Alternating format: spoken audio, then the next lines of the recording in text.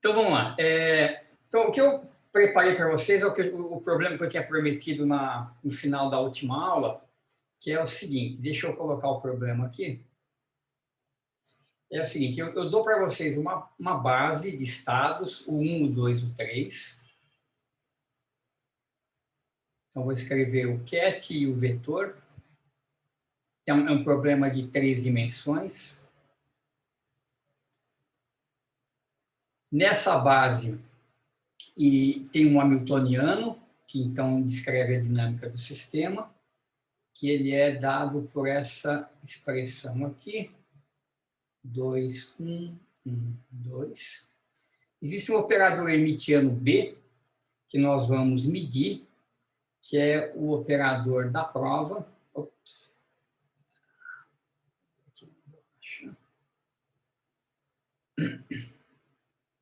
Então, 1 I 0 menos I1 0, 0,03.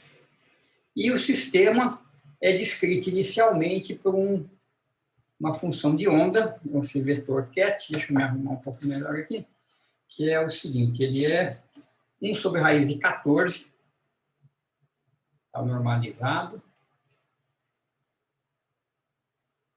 O 1 mais 2 o 2 mais 3 o 3. Tá? Então, isso aqui é um problema inventado só para a gente poder aplicar essas coisas todas que a gente viu.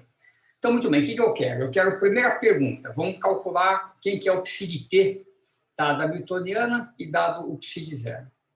Então, como é que a gente faz isso?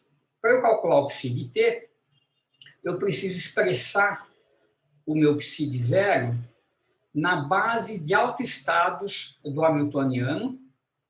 Eu vou escrever aqui de forma genérica, dessa forma aqui, CK, EK, certo? Onde EK são os autoestados de H, que nós vamos precisar calcular. Eu estou colocando como rótulo do autoestado o próprio autovalor.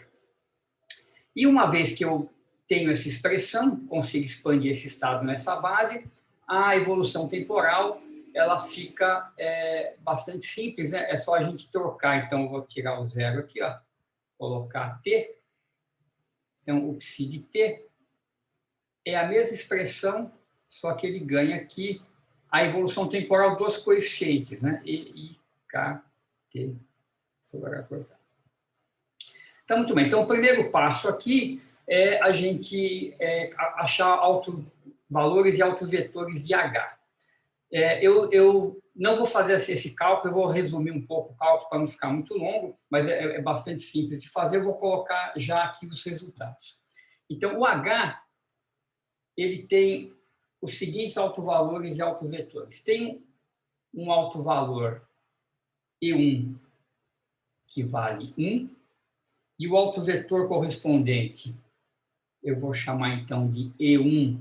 Esse autovalor vai ser degenerado, então vou colocar aqui E1, 1. O primeiro autovalor com autovalor 1, ele é o próprio U1, então que é esse cara aqui. Tá, isso aí a gente consegue ver direto aqui da cara da matriz, né? O 1 está isolado ali, não está acoplado com o resto. Aí eu tenho um outro autovalor 1, então ele é duplamente degenerado. O vetor E1, 2, então o segundo autovetor com autovalor 1, ele é 1 sobre raiz de 2, o 1, o 2 menos o 3,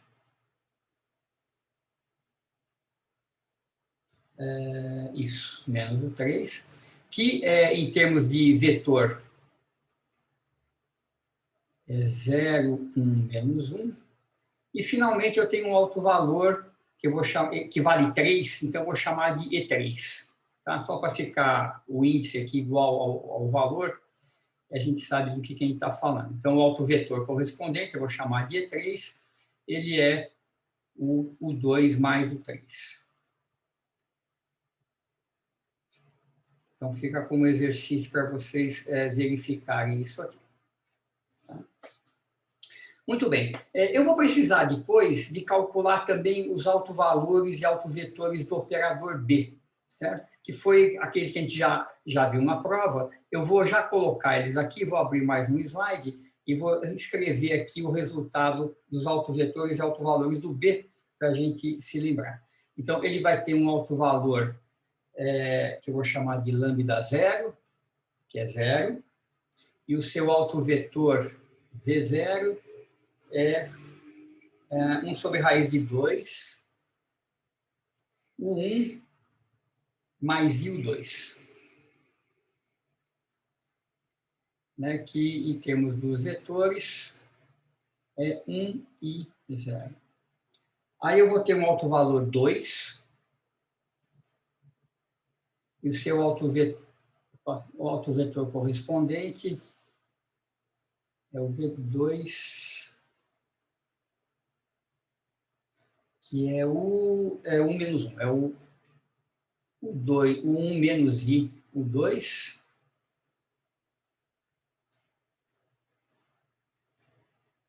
que é 1 menos I, 0. E, finalmente, o último, que é o autovalor 3, e o V3 é o próprio o 3, que é o 0, 0. Tá? Então, a gente vai precisar dessa informação daqui a pouco. Então, muito bem.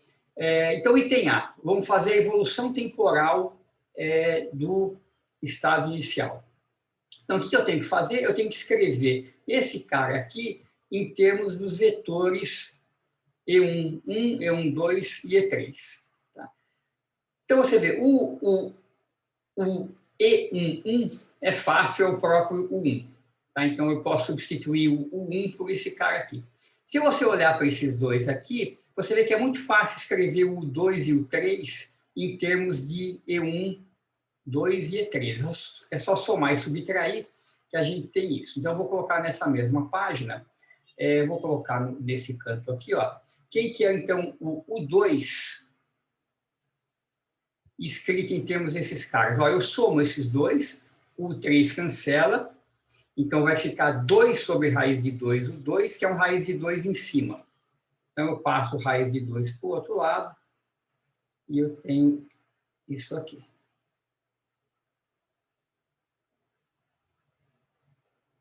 Certo? E o 3 é só eu subtrair um do outro. Eu subtraio esse daquele.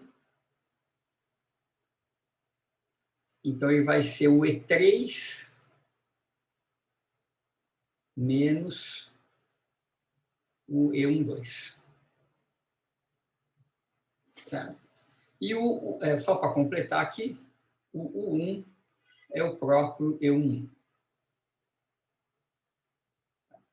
Então, o que eu vou fazer? Eu vou substituir esses caras aqui na expressão do psi de 0. Então, vamos ver o que a gente faz. Então, psi de 0, então começa com o 1, que é o próprio E1. Então, aqui o psi de 0. Igual, então tem esse 1 sobre raiz de 14, que é a normalização. Aí eu vou ter o 1, que é esse cara aqui. Aí eu vou ter duas vezes o 2. Então, duas vezes isso vai ficar um raiz de 2 em cima e a soma dos estados. Ops. Raiz de 2 e a soma do E1, 2 com o E3. Certo? E, finalmente, eu tenho 3 vezes o 3. Então, 3 vezes isso vai ficar um 3 sobre raiz de 2 e 3 menos o outro. Aqui. Mais 3 sobre raiz de 2 e 3 menos E2. Então, agora eu vou agrupar esses caras. Então, E1 só aparece aqui. E1, 2, ele está aqui e está aqui. Então, vou colocar um raiz de 2 aqui no denominador. Eu vou reescrever esse cara aqui como estava antes. Eu vou deixar no formato que ele estava, que era 2 sobre raiz de 2. Então, eu ponho raiz de 2 em evidência. Eu tenho 2 vezes ele aqui, menos 1 dele aqui, certo? Então, vai ficar menos 1 desse cara. Menos 1 e 2, 1. Tá certo, né? É 2 menos 3 dá menos 1. E o E3 agora é o contrário. Eu somo 2 mais 3 dá 5.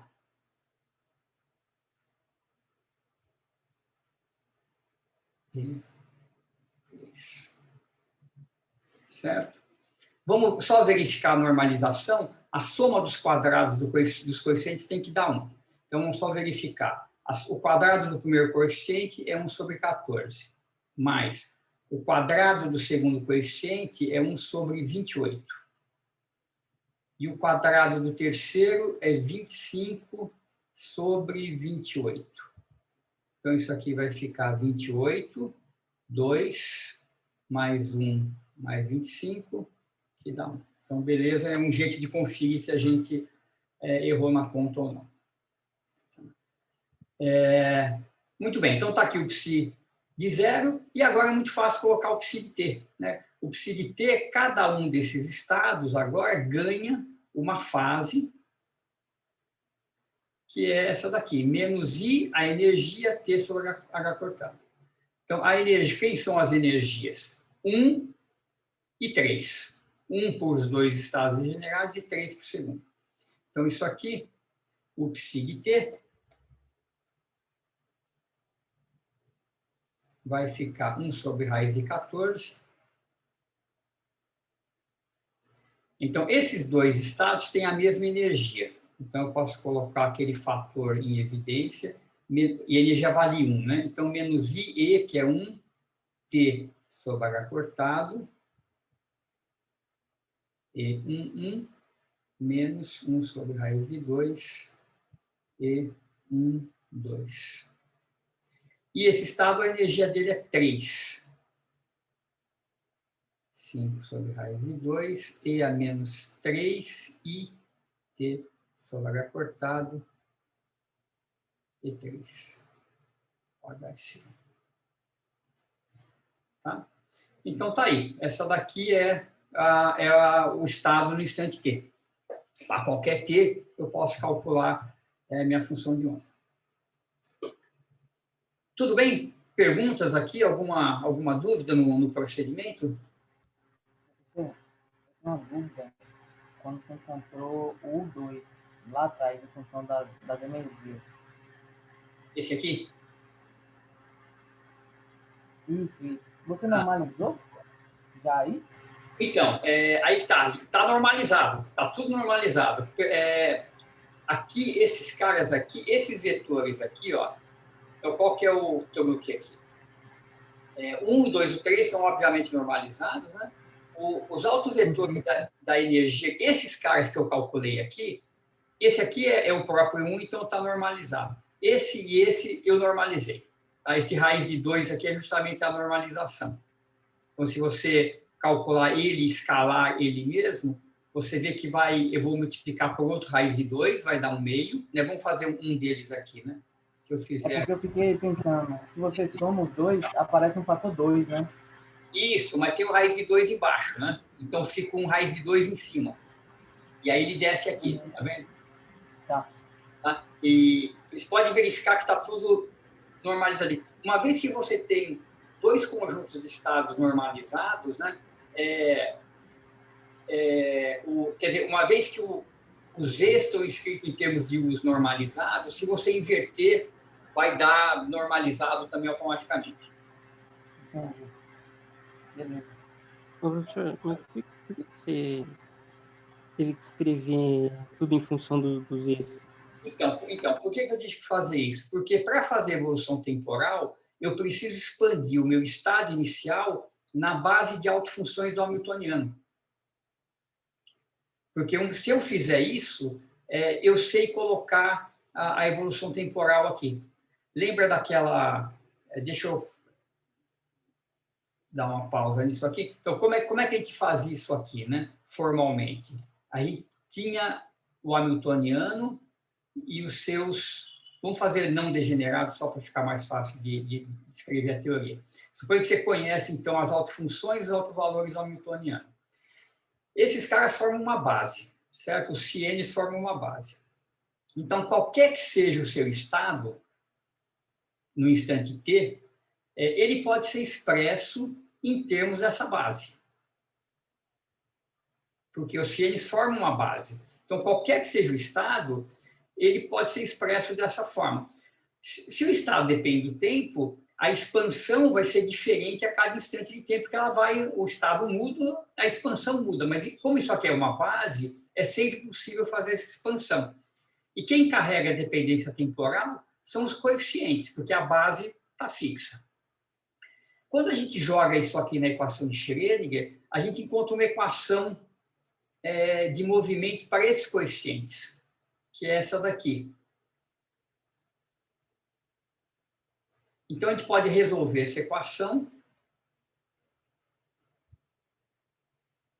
né, e tirar essa solução aqui.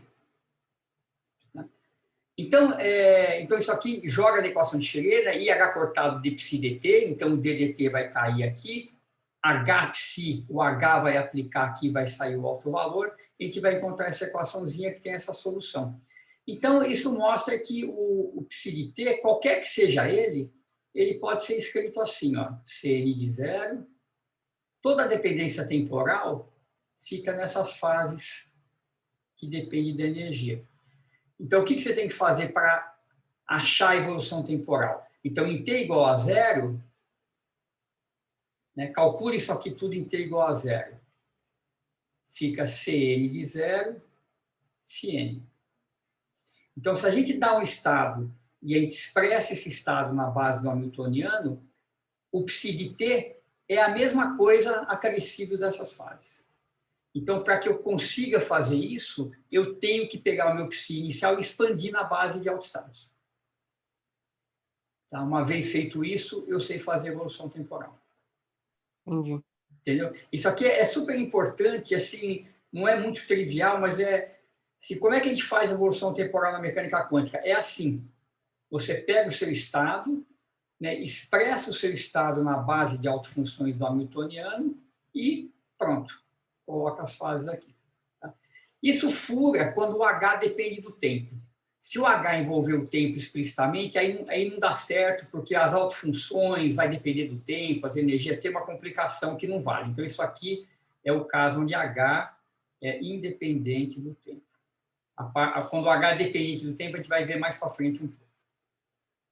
Então, foi isso que a gente fez aqui, né? Eu dei um estado qualquer, o estado não estava na base certa, estava nessa base U, e eu dou a hamiltoniana. Então, o que eu faço? Acho os autoestados da hamiltoniana, expresso o meu estado inicial nessa base, então, para isso, eu mudo o 1, o 2 e o 3 em termos da nova base, e tá aí, né? Escreve o psi de zero, agora sim está nos autoestados do H, e aí é só colocar as fases de energia. Certo? Certo. Muito bem. Então, agora vem a outra pergunta, que é a seguinte: eu quero medir o operador B. Então, eu preparei esse estado em t igual a zero, ele está evoluindo. Então, no instante t0, eu vou medir o operador B. E as perguntas são as seguintes: o que eu posso encontrar como resultado? Então, eu vou medir B em t0 positivo, tá? Num t maior do que zero. Então, quais valores podem ser encontrados e com quais probabilidades? Então, quais valores podem ser encontrados? 0, 2 e 3. Os valores que podem ser encontrados são os autovalores de H. Certo? E com quais probabilidades? Então, os valores possíveis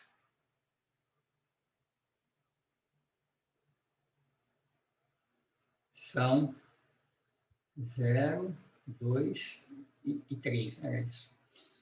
E como eu calculo as probabilidades? Então, qual que é a ideia de calcular as probabilidades? Eu tenho um estado qualquer, psi de t, no instante t0, vamos calcular isso aqui em t0, no instante da medida. E eu quero medir o B. Então, o que eu faço? Qual que é a receita dos postulados? Eu expresso esse estado como uma combinação linear de autoestados do operador B. Eu vou escrever genericamente assim, depois eu substituo os estados que a gente já conhece. Então, eu vou expandir aquele estado agora na base de B. E a probabilidade, então, de eu obter o autovalor BK é módulo de dk ao quadrado, né, o peso daquele autoestado na função de onda, que é, né, quem que é o dk? É o produto escalar de bk com psi de t0. Certo? Esse coeficiente é o produto escalar do B com psi. Então, o que eu tenho que fazer?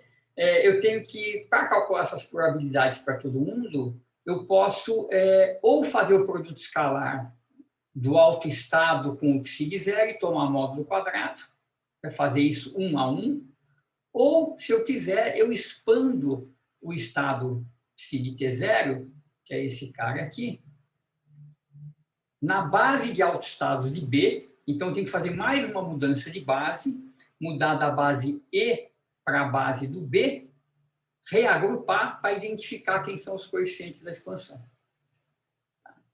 Então, vamos fazer... deixa eu ver, eu fiz isso aqui dos dois jeitos, deixa eu fazer de um deles que é o mais... Deixa eu pegar minha conta aqui, para eu não me perco na álgebra de fazer.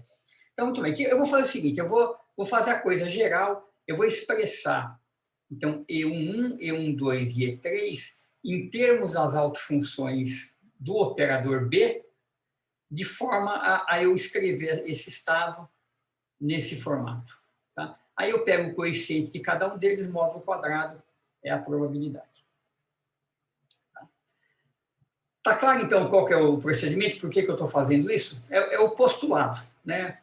Os valores possíveis são os autovalores e as probabilidades é o módulo quadrado do peso daquele autovetor na função de onda.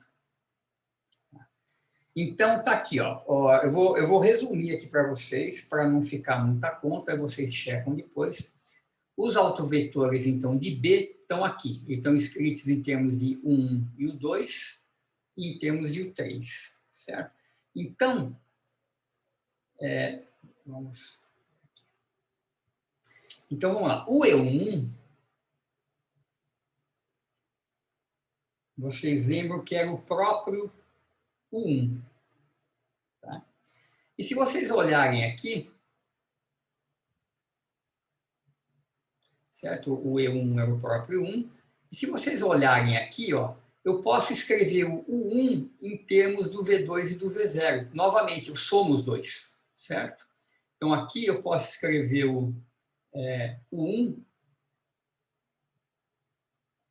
Eu somo esses dois, o 2 cancela, vai dar um fator 2 em cima, que mata com raiz de 2, sobra um raiz de 2. Eu jogo para o outro lado. Fica V0 mais V2. Esse é o 1. E acontece que o 1 é o próprio E11. Então, esse aqui eu já tenho expresso em termos dos Vs. Tá? Então, onde tem aquela expressão, lá onde tem um 1, eu vou substituir esse cara para ver o que dá. O vetor U2, o E2 já é um pouco mais chato, né? Vamos fazer aqui o E12. Quem que é esse cara em termos dos U's? Ele está aqui. Olha, ele é 1 sobre raiz de 2, o 2 menos o 3, certo? Então, vamos escrever ele aqui, ó, 1 sobre raiz de 2, o 2 menos o 3. Muito bem, eu quero escrever esses caras agora em termos dos V's, o 2 e o 3. Então, a gente volta para trás, está aqui, ó. O 3 é o próprio V3, tranquilo, certo? Então, aqui, ó, o 3 é o próprio V3, mas o 2 eu tenho que subtrair um estado do outro para pegar o U2. Então, o U2, o que eu faço? Eu faço esse menos esse, então é V0 menos V2. E aqui vai ficar um raiz de 2i em cima, então fica um raiz de 2i embaixo. Então, o U2, essa combinação linear com sinal de menos e o i embaixo. Então, o U2. Então, tem um outro raiz de 2, com esse raiz de 2 dá 2, tem um i, e é V0 menos V2, a gente subtraiu. E o 3 era o... quem que era? Era o... Vou voltar para trás aqui, que eu já esqueci. É o 3. O 3 é o próprio V3.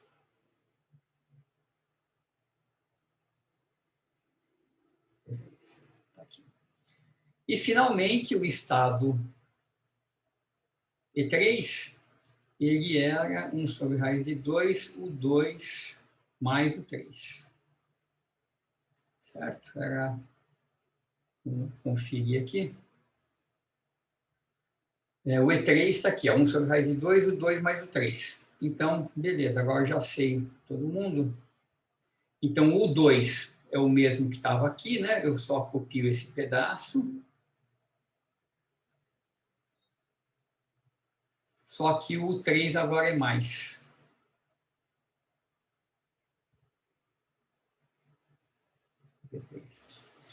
Tá, então está aqui, eu tenho E1, E2, E3, em termos de todo mundo, V0, V2 e V3, e eu tenho que jogar esses caras aqui na minha função de onda, reagrupar os caras e ver o que dá. Tá, então você vê que é uma conta que começa a ficar razoavelmente grande. Deixa eu fazer, eu já fiz isso aqui, eu vou copiar da minha cola aqui. Então você vê, esse cara aqui eu vou substituir, esse E1, eu vou substituir pelo V0 mais V2, e o E1, 2 e E3 envolve todo mundo aqui. Então, quando a gente faz isso, eu vou copiar para não ficar escrevendo, depois vocês verifiquem se eu não errei. Isso dá o seguinte, dá E a menos I, E a menos IT sobre H cortado,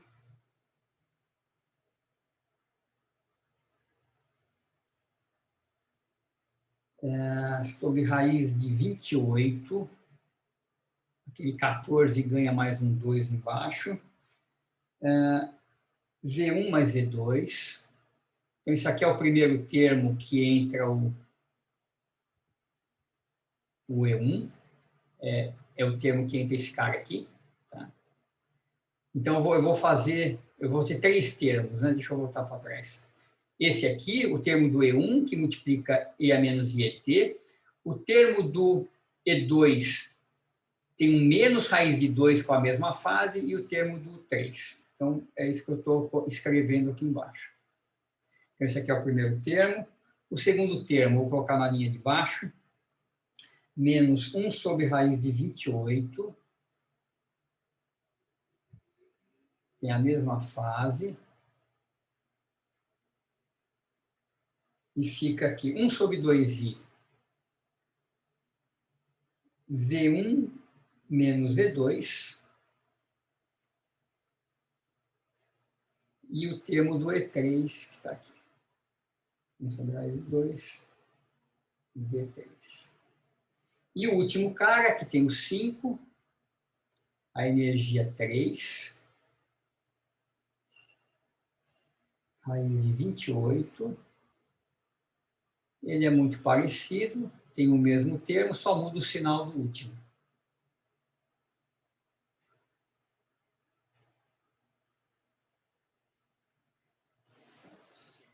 E agora eu posso agrupar, né?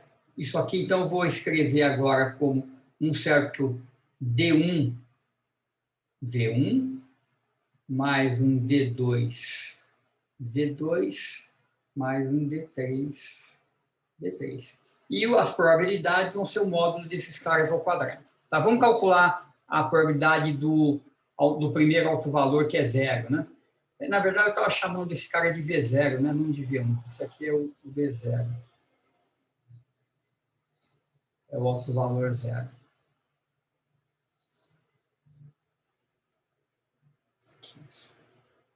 Tá, então, quem que é o D1? Vamos escrever aqui embaixo, o D0. Então, ele tem essa contribuição aqui, raiz de 28.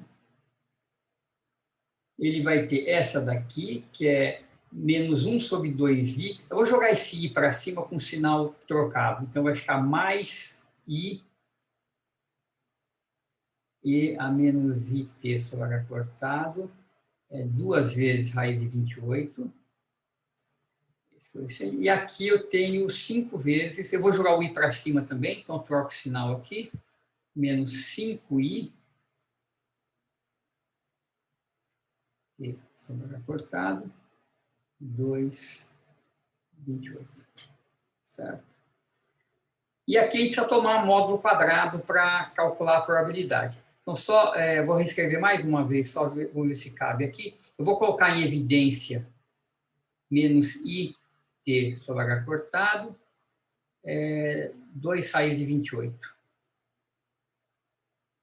Então, eu ganho um 2 aqui. E aqui eu vou ganhar i, só i, né? O resto foi em evidência. E aqui menos 5 i e a menos 2i t sobre h cortado. Então, a probabilidade de eu medir o alto valor zero é módulo de d0 ao quadrado. Então, o módulo desse cara aqui desaparece, certo? Vamos fazer essa última conta. Então, o módulo de d0 ao quadrado vai ficar... Eu tinha um 2 aqui que vira 4, vezes o 28 que sai da raiz. E aqui dentro, deixa eu escrever de novo antes de tomar o módulo. O que está aqui dentro? Então, isso aqui some, módulo 1. A parte real... Então, isso aqui tem uma parte real e uma parte imaginária, né? A parte real tem esse 2, e essa exponencial é cosseno mais i seno, certo? A parte do cosseno contribui para o imaginário. A parte do seno contribui para o real, certo? Então, cosseno mais i seno, mais i com menos i, dá positivo. Então, isso aqui vai ficar 2 mais 5 seno de 2t sobre h cortado. Essa é a parte real.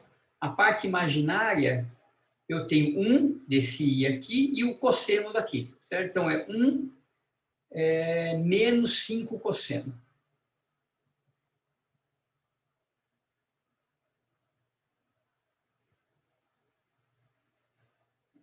Então, é isso. Então, isso aqui vai dar 1 sobre 4 vezes 3, 12, 8, 9, 10,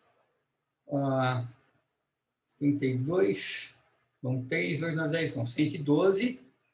E aqui fica o quadrado desse cara.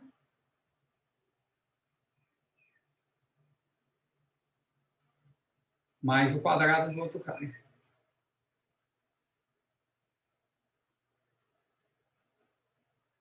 Isso é o módulo quadrado. Vamos só para fechar a conta. Vamos ver, ó, tem 2 ao quadrado é 4. 4 mais 1 ao quadrado é 5. Então, pegando o quadrado desse e o quadrado desse. Os termos cruzados. 2, 2, 4 dá 20. Seno. 2t sobre h cortado. Termo cruzado aqui. O termo cruzado aqui dá menos 10 cosseno.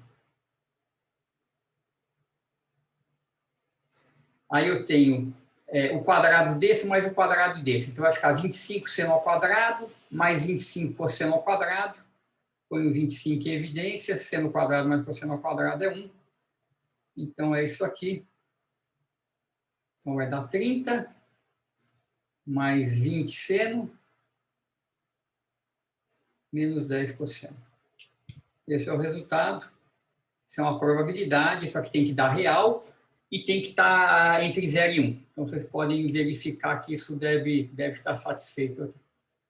Tá? Então, ela depende do tempo.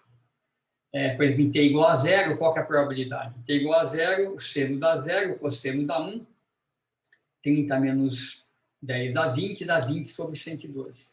E esse cara vai oscilar.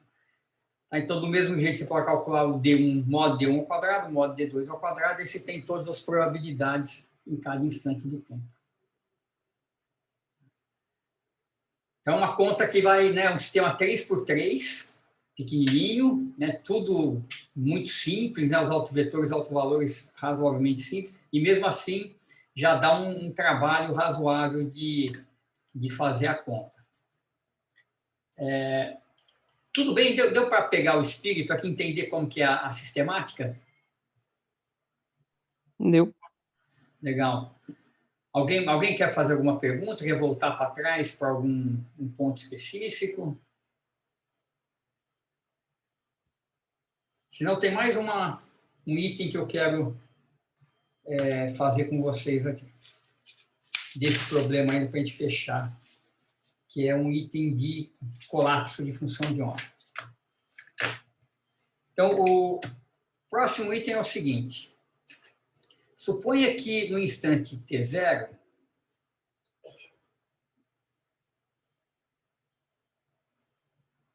em t igual a t0, você mediu o B e encontrou o alto valor 3. Então, não 0, t0. Em t igual a t0, B foi medido, e o resultado dessa medida é 3. Então, calcule psi de t para t maior que t0. Então, muito bem, como é que a gente faz? Se mediu e deu 3, então, no instante, exatamente após a medida, o estado vai colapsar para o autovetor correspondente. Tá? Esse é o postulado, ele vai colapsar para o 3, certo? O vetor ele vai colapsar para o V3, e o V3 é o próprio o 3. Tá? Então, em t igual a t0, t0 mais, né, logo depois da medida, eu sei que psi, vou escrever assim, t0 mais, é o V3, que coincide com o vetor U3. Como que eu faço a evolução temporal? Mesma coisa, é dado um estado, só que agora não é no instante 0, é no instante t0 que é dado o estado, eu tenho que expressar esse cara na base de autofunções hamiltonianas. Então, eu volto lá para trás, como é que eu expresso o 3 na base do hamiltoniano? O 3 é 1 sobre raiz de 2, E3 menos E12.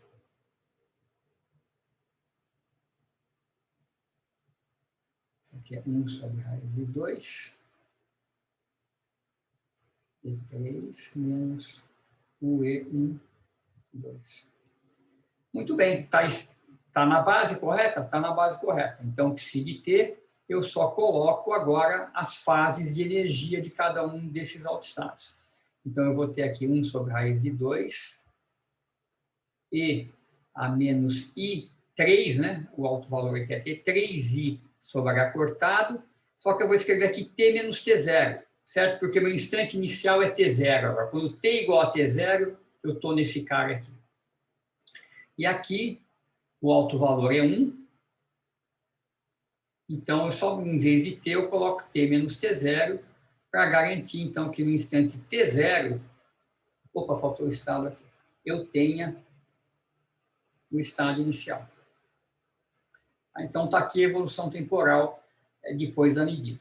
Então, o mesmo procedimento, você tem um estado de partida, escreve em termos das autofunções de energia e coloca as suas fases. Você só tem que tomar cuidado, porque agora você não está começando mais do zero, né? Você deslocou o T.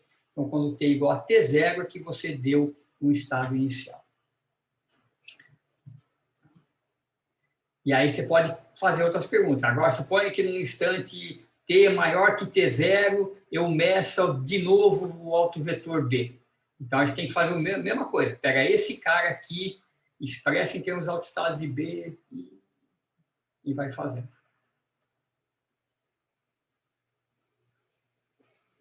Certo?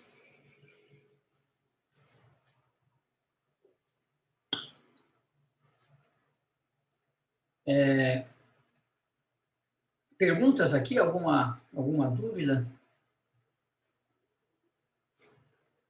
Eu acho que esse problema... Esse problema é bem legal, porque ele é simples, dá para a gente fazer tudo, dá um certo trabalho, mas ele, né, ilustra, né, passo a passo o processo de medida, o processo de colapso, o processo de evolução temporal. Então, ele aqui dentro tem muita mecânica quântica, né, para a gente conseguir fazer essas contas todas aqui. Qual exercício que é esse livro?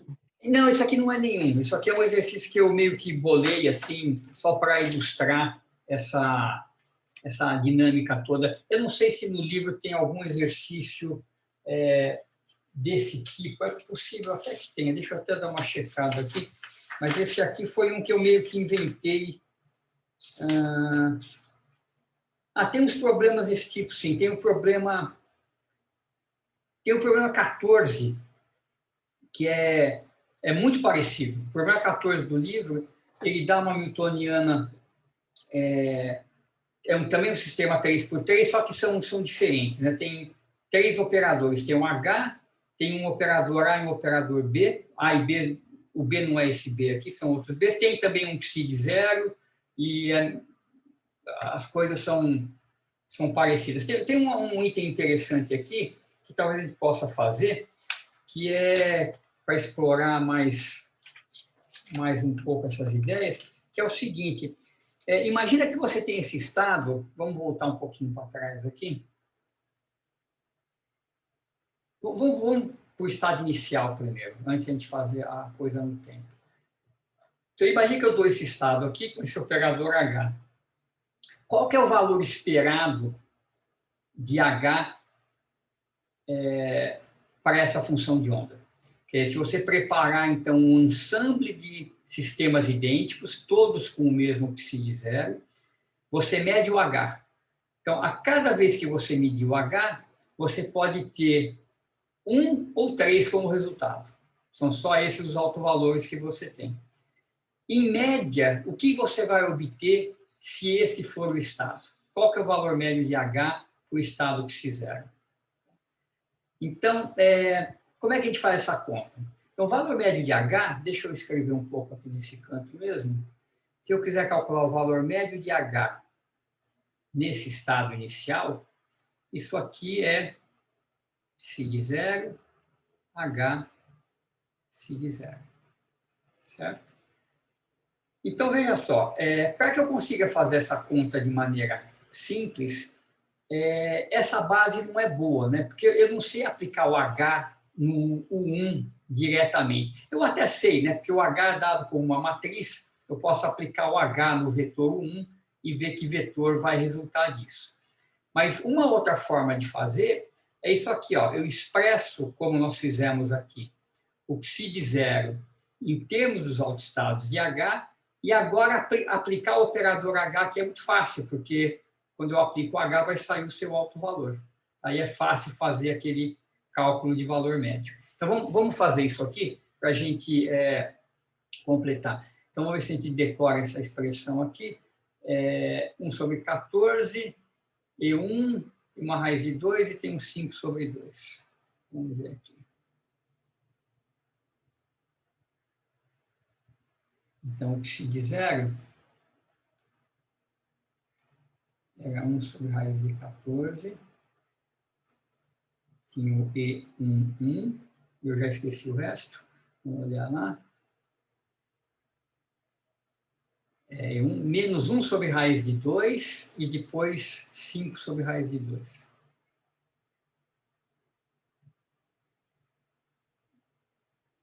Menos 1 sobre raiz de 2. Mais 5 sobre raiz de 2. E 3. Muito bem, vamos aplicar o H nesse estado, para a gente vai precisar disso para calcular o valor médio. Então, H aplicado aqui é H aplicado, né, em cada um dos vetores. Eu faço a distributiva aqui. Então, quando eu aplico no E1, o alto valor é 1. Quando eu aplico aqui, o alto valor também é 1. E quando eu aplico aqui, o alto valor é 3. Então, dá 3 vezes 5, 15.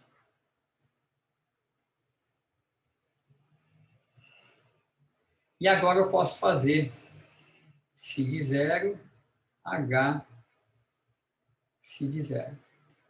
Então, imagina que eu tenho esse mesmo vetor transformado em Bra, certo? Então, todo mundo aqui vai virar Bra, e os coeficientes são reais, então não tem problema. Eu vou ter uma outra raiz de 14, que quando eu multiplico aqui, dá 1 sobre 14, sai a raiz. Como os vetores são todos ortogonais, vai dar só os termos diretos, né? E1 com E1, E2 com E2, E3 com E3. Então, esse com esse vai dar 1, esse com esse vai dar menos raiz de 2 com menos raiz de 2, dá mais 1 meio. E esse aqui vai dar 15 ao quadrado, 225, dividido por 2.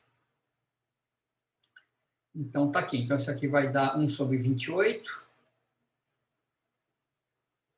E a gente tem 2, mais 1, 3, 228 dividido por 2. É isso que dá, né? Então, dá 228. Deixa eu dividir, simplificar um pouco aqui.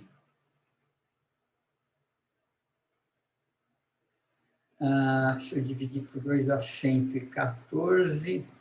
Professor? Oi? Você já tinha dividido por 2 ali, não? Quando você bota 1 sobre 2. É verdade, é verdade. Já tinha o 2, já tinha aí. Não tem esse 2 aqui, não. É só 228, tá certo. Então, vamos ver como é que isso aqui simplifica. Então, se eu dividir em cima e embaixo por 2, dá 14. Dá para dividir por 2 mais uma vez, né? Dá 57, é isso? É isso, né? 14 vai 1, isso, sobre 7. É isso? É isso, né? Acho que sim. Acho que sim, né? Deixa eu ver quanto é que dá. Deixa eu abrir uma calculadora aqui. 57 dividido por 7 dá...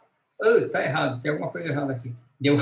Vamos refazer aqui que errou alguma coisa. Isso aqui está dando 8,14. Não pode ser, né?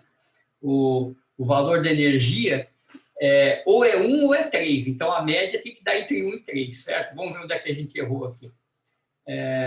Deixa eu ver se eu copiei certo. 1 sobre 14. Então, se eu colocar aqui, dá 28. 2, 3. Tá, aqui está normalizado, está certo. Então, vamos ver. Quando a gente aplica o H, esse aqui tem alto valor 1, esse aqui tem alto valor 1, esse aqui tem alto valor 3.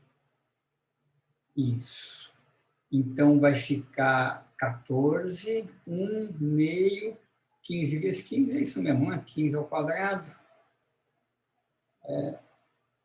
225. E tem esse 2 aqui. Vamos ver, 14. Não, tá certo. Pus um 2 para fora, ficou 28. 2 mais 1, 3, 228. 228 sobre 28.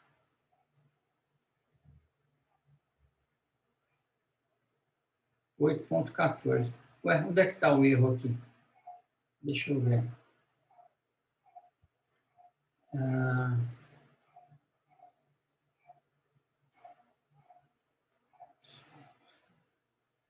Deixa eu ver se eu copiei certo. Não, aqui está certo, né? A normalização aqui está correta, né? Se eu fizer o quadrado desse, dá 1 sobre 14. Deixa eu conferir a normalização do psi de 0.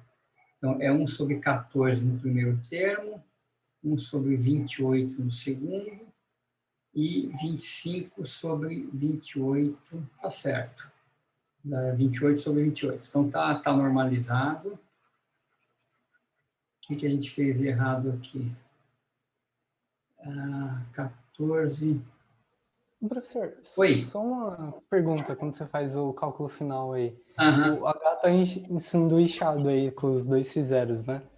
Daí, no caso, não seria só aplicar o H em só o Bra ou só o Cat? Porque aí meio que você aplicou nos dois. Não, tá certo, claro. Aí esse que é o erro.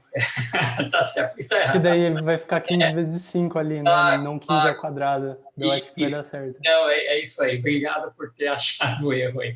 Quer dizer, agora a gente vai ter que Imagina. aplicar aqui no psi0, não no H psi0. Né? Então, aqui eu vou entrar com o outro psi0, que é só esses caras aqui, né? Antes de aplicar o H. Tá certo. Então, aqui vai dar 1, aqui deu meio, não importa, mas aqui vai dar 5 vezes 15, né?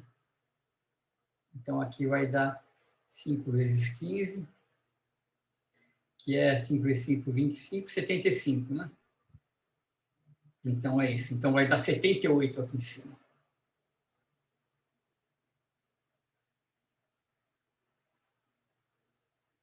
Então, agora vamos fazer a conta direito aqui. Apaga tudo isso. 79 sobre 14. 39 sobre 14. Tá, e agora vamos fazer a conta aqui na calculadora. Aqui, 39 sobre 14. 2,78. Agora sim. Tá, tem que dar, né, entre 1 e 3, que são os valores possíveis da medida. Então, é isso. Tá, então, se você quiser agora calcular o valor médio de B nesse estado, aí o mais fácil é pegar esse psi de zero, expandir em termos do B e fazer a mesma coisa. B, psi de zero, e assim por diante. Nesses casos, né, como a gente está dando as matrizes, dá para fazer também com matriz. Né? Você pega o psi de zero dessa forma, escreve esse estado assim, né? 1 sobre 14, raiz de 14, 1, 2, 3. Esse é o vetor nessa base 1, 2 ou 3. Então, dá para aplicar o H diretamente aqui no psi e fazer o produto escalar pelo Bra, pelo vetor linha. Nesse caso, acho que fica até mais fácil a conta, mas num caso mais geral, tem esse processo todo de expandir na base, etc. E a mesma coisa vale em qualquer instante de tempo. Né? Se a gente quiser fazer isso num instante de tempo qualquer, é só usar essa expressão aqui, em vez de usar aquela. Então, a gente vai ganhar essas fases todas. Isso. Você vê que, em particular, o valor médio de energia não vai mudar com o tempo. Né? Você vê, a única diferença de fazer em t igual a zero ou num t qualquer é eu adicionar essas fases de energia aqui. Né? Ou seja, eu vou fazer isso aqui, deixa eu colocar uma outra cor aqui qualquer. Se eu fizer isso aqui num tempo t,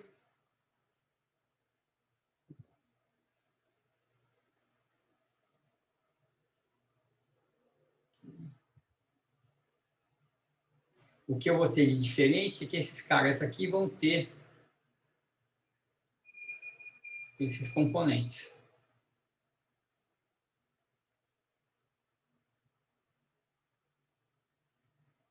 É a mesma coisa aqui. E quando a gente multiplicar pelo complexo conjugado, esses caras vão matar, né? Porque o Bra vai ter o sinal trocado e eles vão cancelar de novo e vai dar exatamente a mesma coisa. Então, o valor médio de H é constante. Quer dizer, o H é uma constante de movimento. Lembra aquele conceito de constante de movimento?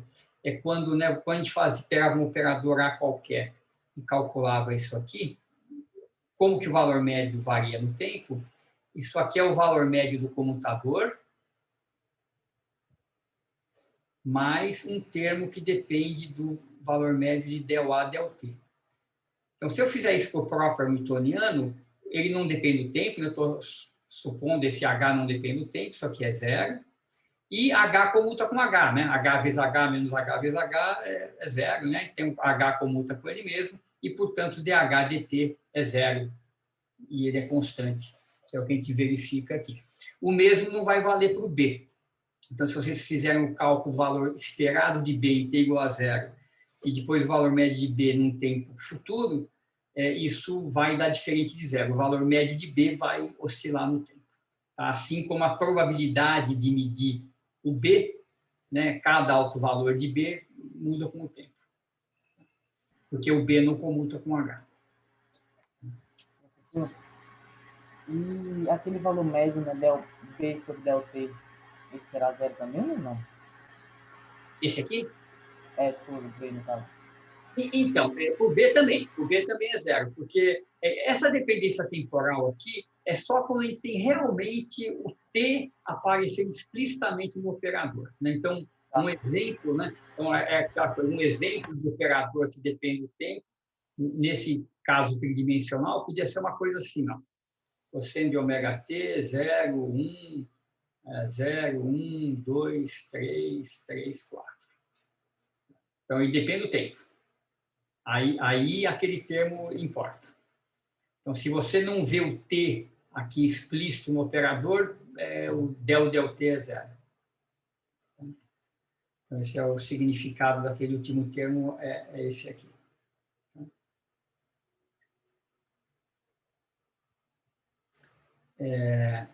Ok, eu acho que é isso por hoje, vai ficar meio corrido fazer outras coisas. Eu quero ver se na semana que vem nós vamos começar a parte de sistemas de spin meio, que é bem bacana, a gente tem bastante física interessante que a gente vai ver, e a dinâmica quântica toda é ainda mais simples que essa que nós vamos fazer, que nós estamos fazendo aqui, porque lá é tudo 2 por 2. Né? Spin tem 2 autovalores possíveis só, ou spin está para cima ou spin está para baixo, é tudo 2 por 2, então a álgebra é bem simples, dá para fazer todas as contas, e é dentro desse espírito aqui. Mas aí tem física, né, por trás, e não só esses exemplos meio inventados que eu estou colocando aqui. Então, segunda e quarta a gente começa a spin, e na sexta que vem a gente pensa se continua ainda um pouco nesse capítulo 3, que tem bastante problema lá, eu queria discutir mais alguns com vocês, ou se a gente talvez entre no spin. Eu acho que sexta que vem eu vou insistir ainda nos problemas desse capítulo 3, tem algumas coisas que eu gostaria de fazer, e aí na outra semana a gente tem tempo para fazer a parte de spin. Certo?